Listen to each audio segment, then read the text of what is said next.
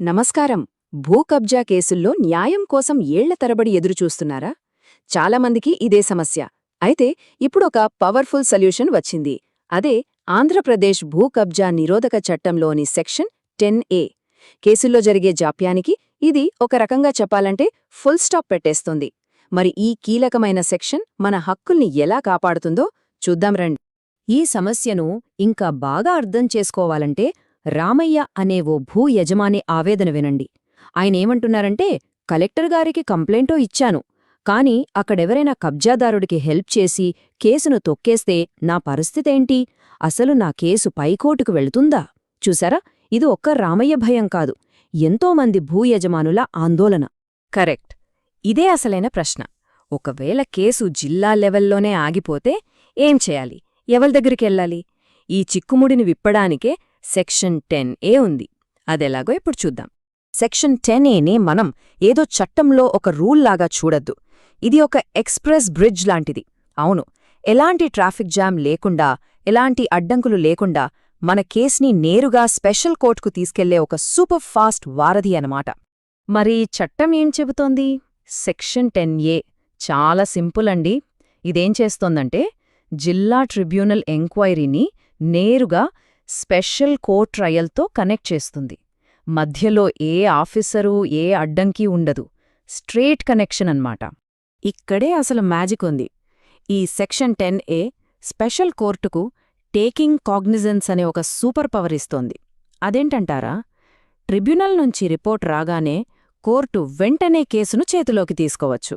అంతేకాదు, ఇంకా ముఖ్యమైన విషయమేంటంటే, అవసరమైతే కోర్టే స్వయంగా అంటే సుమోతోగా కేసు విచారణ మొదలుపెట్టొచ్చు. అంటే ఎవరూ కంప్లైంట్ చేయకపోయినా సరే. సో దీనివల్ల భూ యజమానులకు కలిగే అతి పెద్ద ప్రయోజనమేంటో తెలుసా? మన కేసును ఏ అధికారి కూడా కింద లెవెల్లో ఆపలేరు, తొక్కిపెట్టలేరు. ఈ సెక్షన్ గ్యారంటీగా కేసును స్పెషల్ కోర్టుకు చేరేలా చూస్తుంది. సరే, ఈ కొత్త చట్టం ఎంత పెద్ద మార్పు తీసుకొచ్చిందో అర్థం చేసుకోవాలంటే పాత చట్టంతో దీన్ని ఓసారి పోల్చి చూద్దాం. అప్పుడే మనకు క్లారిటీ వస్తుంది. ఈ బొమ్మలు చూస్తేనే మొత్తం కథ తెలిసిపోతుంది. ఒకప్పుడు తాబేలు నడకలా సాగిన న్యాయ ప్రక్రియ ఇప్పుడు మెరుపు వేగంతో దూసుకెళ్తోంది. ఇదే కొత్త చట్టం తెచ్చిన అసలైన మార్పు. ఈ టేబుల్ చూడండి. 1982 పాత చట్టంలో కేస్ యాక్సెప్ట్ చెయ్యడానికే చాలా ఆలస్యమయ్యేది. ఎవరికి పవరుందో క్లారిటీ ఉండేది కాదు. కానీ 2024 కొత్త చట్టంలోని సెక్షన్ 10A చూడండి. రిపోర్ట్ రాగానే కోర్టు కేసు తీసుకుంటుంది, ఫాస్ట్గా విచారణ చేసే పవర్స్ అన్నీ ఉంటాయి, టైం లిమిట్ కూడా ఉంటుంది. అంటే బాధితులకు కాలయాపన అనే టెన్షనుండదు, ఒక భరోసా వస్తుంది. ఓకే, ఇప్పటిదాకా చట్టం గురించి తెలుసుకున్నాం. ఇప్పుడు ఆచరణలోకి వద్దాం. ఈ న్యాయ పోరాటంలో మన చేతిలో ఉన్న ఆయుధాలేంటో చూద్దాం.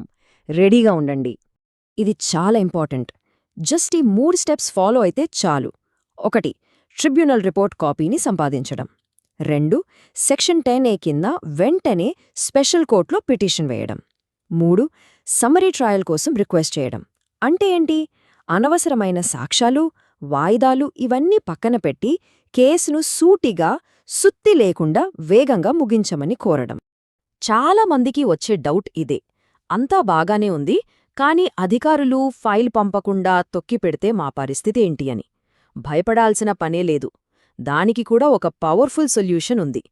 ఒకవేళ అధికారులు ఫైల్ను ఆపితే ధైర్యంగా వెళ్ళి ఈ మాట చెప్పవచ్చు: సార్, సెక్షన్ 10A ప్రకారం నా కేసు రికార్డులు స్పెషల్ కోర్టుకు చేరాల్సిందే. మీరు పంపకపోతే నేను డైరెక్ట్గా కోర్టును అడుగుతాను. నా కేసును సుమోటోగా తీసుకోమని రిక్వెస్ట్ చేస్తాను. ఈ మాటలు వారికి చట్టాన్ని గుర్తుచేస్తాయి. ఖచ్చితంగా పని జరుగుతుంది. అయినా సరే జాప్యం జరుగుతోందా? అప్పుడు మన చేతిలో ఒక తిరుగులేని అస్త్రముంది. అదే RTI, సమాచార హక్కు చట్టం. దీన్ని ఒక బ్రహ్మాస్త్రంలా వాడితే చాలు, వాళ్లే సమాధానం చెప్పాల్సి వస్తోంది. RTI అప్లికేషన్లో సూటిగా ఈ ప్రశ్నలు అడగండి. నా కేసులో విచారణ పూర్తయిందా? సెక్షన్ 10A ప్రకారం రిపోర్ట్ స్పెషల్ కోర్టుకు పంపారా? ఒకవేళ పంపితే ఏ తేదీన పంపారో దాని రిఫరెన్స్ నంబర్ ఏంటి? ఈ ప్రశ్నలకు వాళ్లు సమాధానం చెప్పి తీరాల్సిందే. ఇది వారిని జవాబుదారీగా మారుస్తుంది. సరే, మన కేసు సెక్షన్ 10A ద్వారా స్పెషల్ కోర్టుకు చేరింది. ఆ తర్వాత ఈ పాయింట్స్ వాదనను ఇంకా స్ట్రాంగ్ చేస్తాయి. ఒకవేళ కబ్జాదారుడు ఫేక్ డాక్యుమెంట్లు పెడితే కొత్త బిఎన్ఎస్ చట్టం ప్రకారం కఠిన శిక్షలు పడతాయి. అంతేకాదు, ట్రిబ్యునల్లో సాక్ష్యాలు బలంగా ఉంటే నిందితుడికి బెయిల్ రావడం కూడా చాలా కష్టం. మొత్తం మీద మనం ఏం నేర్చుకుందాం?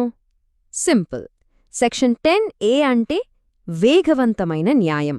జాప్యం అనే మాటకు ఇక చోటు లేదు. ఒక్క విషయం గుర్తుపెట్టుకోండి, సెక్షన్ 10A అనేది జిల్లా ఆఫీసుల నుండి నేరుగా రాష్ట్ర స్పెషల్ కోర్టుకు తీసుకెళ్లే ఒక వంతెన. ఈ దారిలో మన కేసును ఏ అధికారి కూడా ఆపలేడు, బ్లాక్ చేయలేడు. మనం మొదట్లో చూసిన రామయ్య గారి ఆందోళన గుర్తుంది కదా? ఇప్పుడు ఆయనకు వచ్చిన క్లారిటీ చూడండి. ఓహో, అంటే కలెక్టర్ గారి రిపోర్ట్ రాగానే అది డైరెక్ట్గా కోర్టుకు వెళ్ళిపోతుందన్నమాట.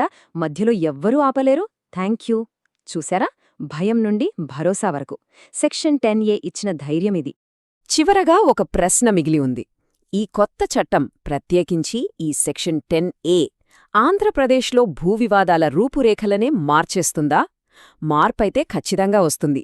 కాని దాని విజయం చట్టాన్ని ఎంత బలంగా అమలు చేస్తారనే దానిమీద, పౌరులు తమ హక్కులను ఎంత చురుగ్గా వాడుకుంటారనే దానిమీద ఆధారపడి ఉంటుంది.